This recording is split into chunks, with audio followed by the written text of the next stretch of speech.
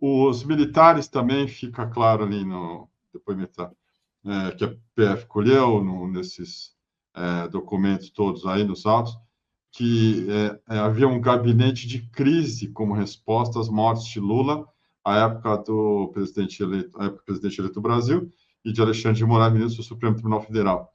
A investigação da PF aponta que os golpistas previam colocar os generais Augusto Heleno, então ministro do GSI, e de Braga Neto, ex-ministro da Defesa e da Casa Civil do Bolsonaro, como comandantes desse grupo de crise. Aqui um trecho diz assim: o documento também coloca a necessidade de constituir um gabinete de crise para restabelecer a legalidade e estabilidade institucional. O Lênio, fazendo aí uma conta reversa, em hindsight, como dizem os americanos, olhando em retrospectiva, tem uma escalada desde aquela reunião do Bolsonaro em julho, filmada, entre outros, pelo próprio Mauro Cid, né?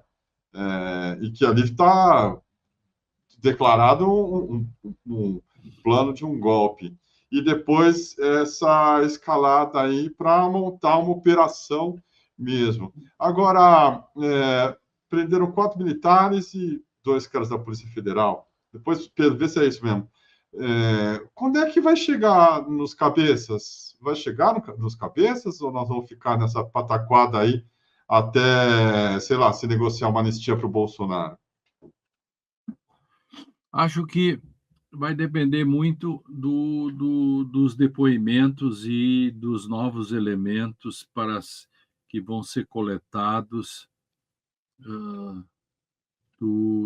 desses caras que foram presos, né? E dos outros que tiveram os seus com os mandados de busca.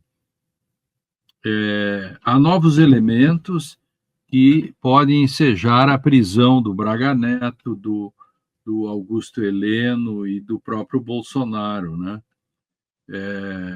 Esses elementos, digamos assim, podem, se eles existem, digamos, em tese, em face disso que aconteceu hoje, não sei, eles podem ser reforçados e aí sim com, digamos, alguma delação de um desses 4 caras, os 5, e até mesmo o depoimento deles, né? Basta tá por um triz, digamos, ter elementos. Claro que a gente depende também da Polícia Federal e do Procurador-Geral da República. Bom, aí é muito difícil, né? As coisas dependem de outros. Bom, a polícia até nos surpreende, né? De encontrar algo que o próprio Mauro Cid escondeu e sonegou. Ontem, o Grupo Prerrogativas, né? Nós fizemos uma nota exigindo, né, providências do Procurador-Geral com relação ao Bolsonaro e os golpistas e ao Sérgio Moro e toda a operação essa em face do relatório do CNJ, que é contundente. Então, o que o Preô fez foi fazer uma cobrança, e hoje o Preô também mandou um ofício para o Procurador-Geral da República e tal, para oficiar ao Exército, a Justiça Militar, ao Ministério Público, para fazer as investigações pertinentes. Nós vivemos um momento muito grave. Se nós não soubermos aquilatar o grau de gravidade que vivemos, é porque nós, de fato, perdemos nossa capacidade de percepção democrática e a nossa capacidade de indignação. É muito mais grave do que se pensa. Quem não souber ler isso vira um analfabeto histórico. Nós não estamos num país de analfabetos históricos. Eu não sei se você assistiu Ainda Estou Aqui, o filme. Você Ainda não. Ainda não. Nós não conseguimos riscar na areia, daqui não passa tortura, por exemplo. É inadmissível. Tem gente que vota no Bolsonaro, usa a camiseta de um torturador, que era o Ustra, que enfiava Isso, entre outras isso. coisas, rato na vagina e no ânus das mulheres. É, é um problema, sei lá, nosso, da nossa formação, do nosso ethos, assim, não tem como escapar, ou isso não é uma desculpa para a inação do Gonê também?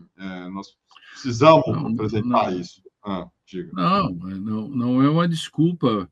Nós acho que os próximos dias trarão novidades. Escrevam aí. Olha, quem está falando isso é um pessimista. Você está. Posso aqui deduzir que você está falando que o Gonê vai denunciar o Bolsonaro ou não? Sim, ele e mais gente aí. Tem coisa interessante vindo aí. O fato de depender tanto do Gonê não mostra também uma disfuncionalidade do nosso sistema político? Por que fica na mão de só o Gonê, por exemplo, para pedir a prisão preventiva do Bolsonaro, do Braga Neto ou do general Heleno? Ou não, isso não precisa passar pela mão do Gonê? Tem que passar pela mão do procurador-geral, Não é claro. muito poder para esse cara? Não tem Claro. alguma coisa aí que precisa ser reformada urgentemente? E essas são questões de desenhos institucionais, né? O Brasil Porra! precisa redesenhar isso. É, sabe o que é? Há coisas que funcionam dentro de um grau de normalidade. Digamos,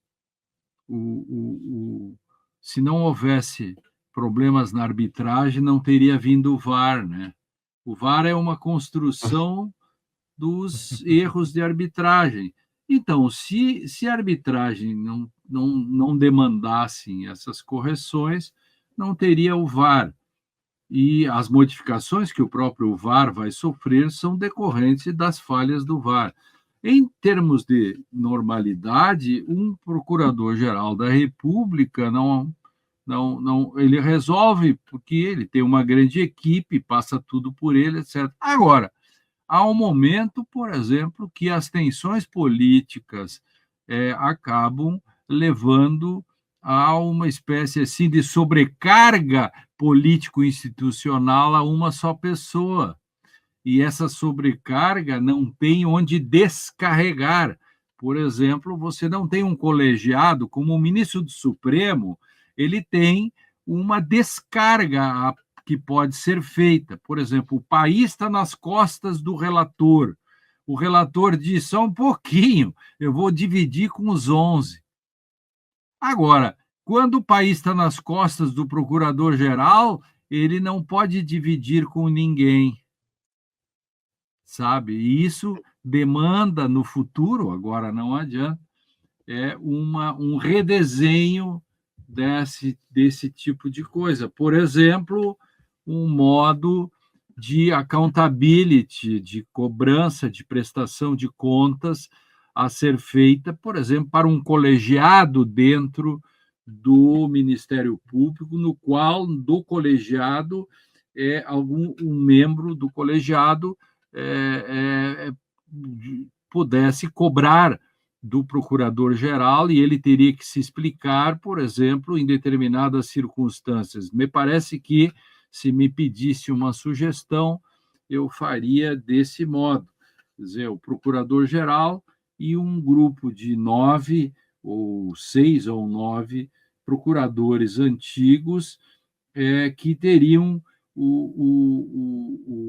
digamos, o poder de rever arquivamentos do próprio procurador-geral antes de submeter ao Supremo Tribunal e, em eventual inércia ou algo desse tipo, poderia ser cobrado pelos 9 e os 9, sei lá quantos, poderiam instá-lo a fazer algo que ele pessoalmente não quereria. Veja que sempre há condições de desenhar ou redesenhar as institucionalidades.